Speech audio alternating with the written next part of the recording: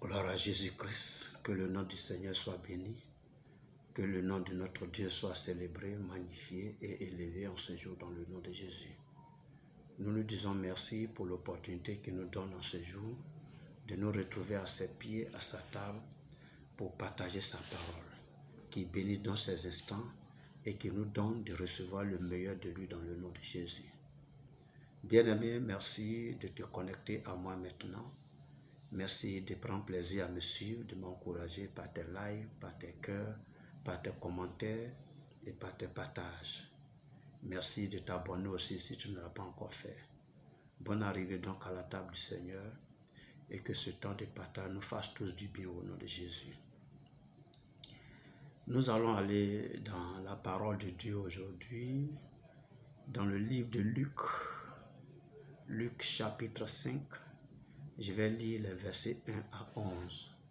C'est un peu long, mais je vais quand même le lire.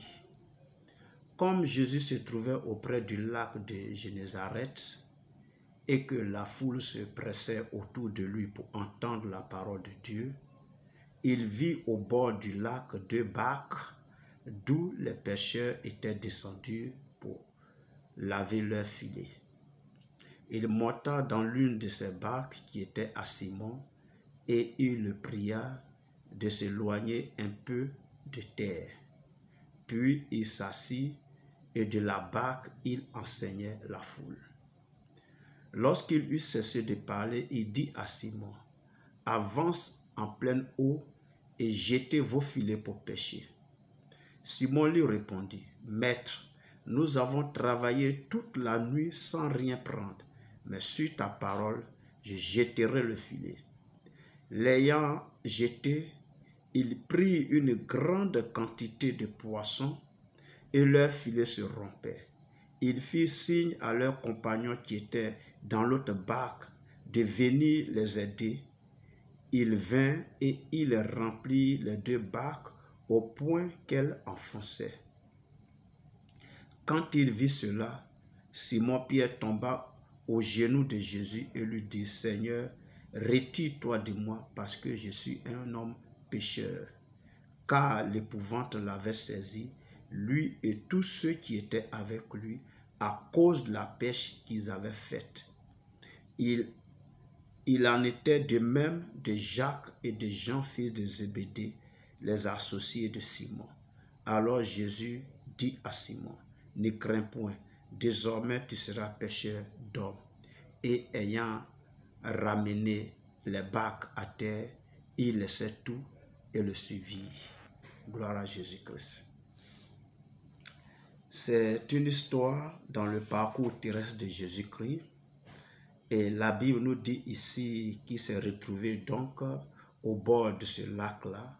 Et la foule était autour de lui, comme à son habitude, la foule le pressait. Et comme il y avait là des barques vides, les pêcheurs étant rentrés de la pêche, ils sont descendus et ils lavaient leur filet. Alors il est monté dans une barque, mais cette barque-là appartenait à Simon-Pierre. Alors il va demander à Simon de pousser un peu la barque un peu dans l'eau. Et là, il s'est assis et il a commencé à enseigner la foule. La Bible dit que quand il a fini d'enseigner la foule, alors il a demandé à Simon de jeter le filet, d'aller un peu plus loin et de jeter le filet. Alors voilà ce que Simon va lui dire. Il dit, nous avons travaillé toute la nuit sans rien prendre, mais sur ta parole, je jetterai le filet. Alléluia. Et c'est là que je tire le thème de mon exhortation de ce jour. Seigneur, sur ta parole, je jetterai le filet. Alléluia. Il faut dire que Simon et tous ceux qu'on a cités, Jean, Jacques et autres là, c'est des professionnels de la pêche. Ça, il faut que on le comprenne. C'est des professionnels de la pêche, c'est leur travail, c'est ce qu'ils font pour nourrir leurs familles respectives. Donc, c'est des professionnels de l'eau. Ils savent nager, ils maîtrisent l'eau, ils maîtrisent le lac. Et généralement, la pêche, pour les grands pêcheurs bien sûr, se fait la nuit. Ou alors, si tu fais la pêche dans la journée, alors tu te rends dans un lieu calme, là où il n'y a pas de bruit. Parce que le bruit du jour chasse les poissons et les poissons vont plus en eau profonde. Donc, il est difficile de faire une bonne pêche dans la journée. Et là, l'histoire qui est racontée là, elle se déroule au bord d'un lac. La Bible dit qu'il y avait une foule qui pressait Jésus, donc il y avait du monde. Et forcément, les poissons ne pouvaient plus être là. Les poissons sont donc non seulement allés en eau profonde, mais allés plus profondément dans l'eau. Amen. Donc, on ne peut plus pêcher là. Alléluia. Et Simon et ses compagnons qui sont des professionnels de la pêche ont pêché toute la nuit, ont travaillé toute la nuit. Ils n'ont pas pu prendre un seul poisson.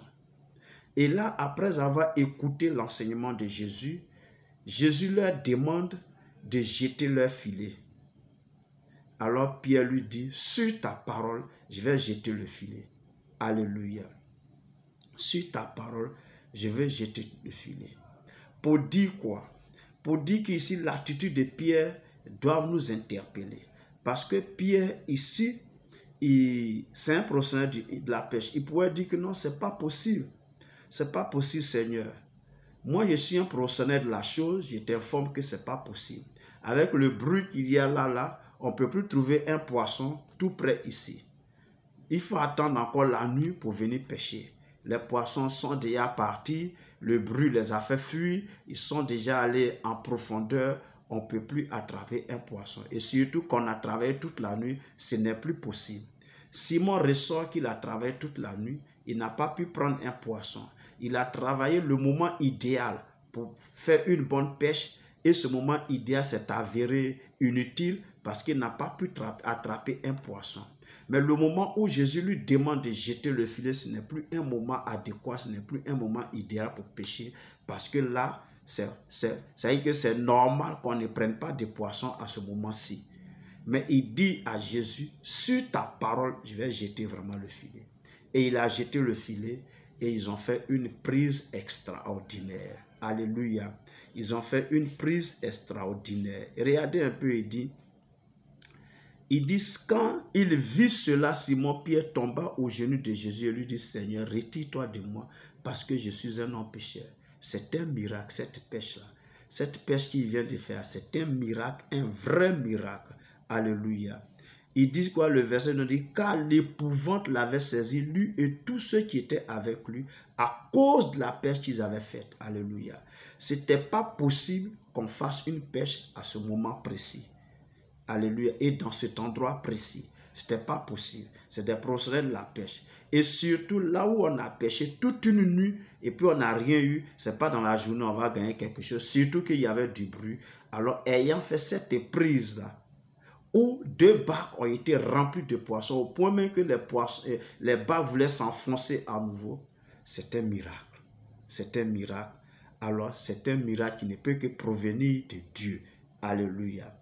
Pour montrer ici quoi? Pour montrer que quand tu t'appuies sur la parole de Dieu, alors le miracle se produit forcément dans ta vie. Quand tu t'appuies sur la parole de Dieu, quand tu dis que Dieu, voici ce que ta parole dit, et sur la base de cette parole-là, moi j'agis, ce que tu veux obtenir, tu vas l'obtenir. Parce que le miracle se trouve dans l'observation, dans l'obéissance à la parole de Dieu. Alléluia. La parole de Dieu, quand tu la mets en pratique sans douter, te conduit forcément, inéluctablement à ton bonheur, à ta réussite, à ton miracle. Alléluia. Alors, sur la parole de Dieu, sur la base de la parole de Dieu, il faut agir. Il faut poser les actes. Il faut, c'est-à-dire, œuvrer. Il faut faire tes projets en t'appuyant sur la parole de Dieu, le faisant et manifestant la foi derrière. Alors, tu réussiras dans ce que tu fais dans le nom de Jésus-Christ de Nazareth. Regardez cette histoire de ce officier assyrien qui était lépreux et qui avait amené en captivité une fillette d'Israël. Et cette fillette, ayant vu la lèpre de son patron, a parlé du prophète qui se trouvait donc en Israël à sa maîtresse pour dire à son mari de pouvoir d'aller le voir. Et quand cet officier est arrivé vers le prophète lui a demandé d'aller se jeter 7 fois dans le Jourdain. Il raisonnait en lui-même. Mais quand ses serviteurs lui ont dit, il ne t'a pas demandé quelque chose d'extraordinaire. Il dit, va te jeter dans l'eau 7 fois. Va le faire, c'est tout. Et quand il allait, il a obéi à la parole de l'homme de Dieu. Quand il allait, la 7e fois, sa peau est devenue pure, comme la peau d'un jeune homme. Pour vous dire quoi? Quand tu observes la parole de Dieu, quand tu mets la parole de Dieu en pratique, quand tu agis dans un projet, quand tu agis dans une activité conformément à la parole de Dieu, le miracle suit toujours. La bénédiction t'accompagne, le succès t'accompagne. Alors agis désormais selon la parole de Dieu, comme Pierre l'a fait. Sur ta parole, je jette le filet. Sur la parole de Dieu, agis et tu verras ton miracle s'accomplir au nom de Jésus-Christ. Merci de m'avoir suivi. Merci de m'avoir écouté. Merci d'avoir pris plaisir à me suivre. Like, commente, mets un cœur, partage, abonne-toi si tu ne l'as pas encore fait et Dieu te bénira au nom de Jésus-Christ. Merci pour tout. Porte-toi bien et nous sommes donc à la prochaine. Dans le nom de Jésus-Christ. Amen.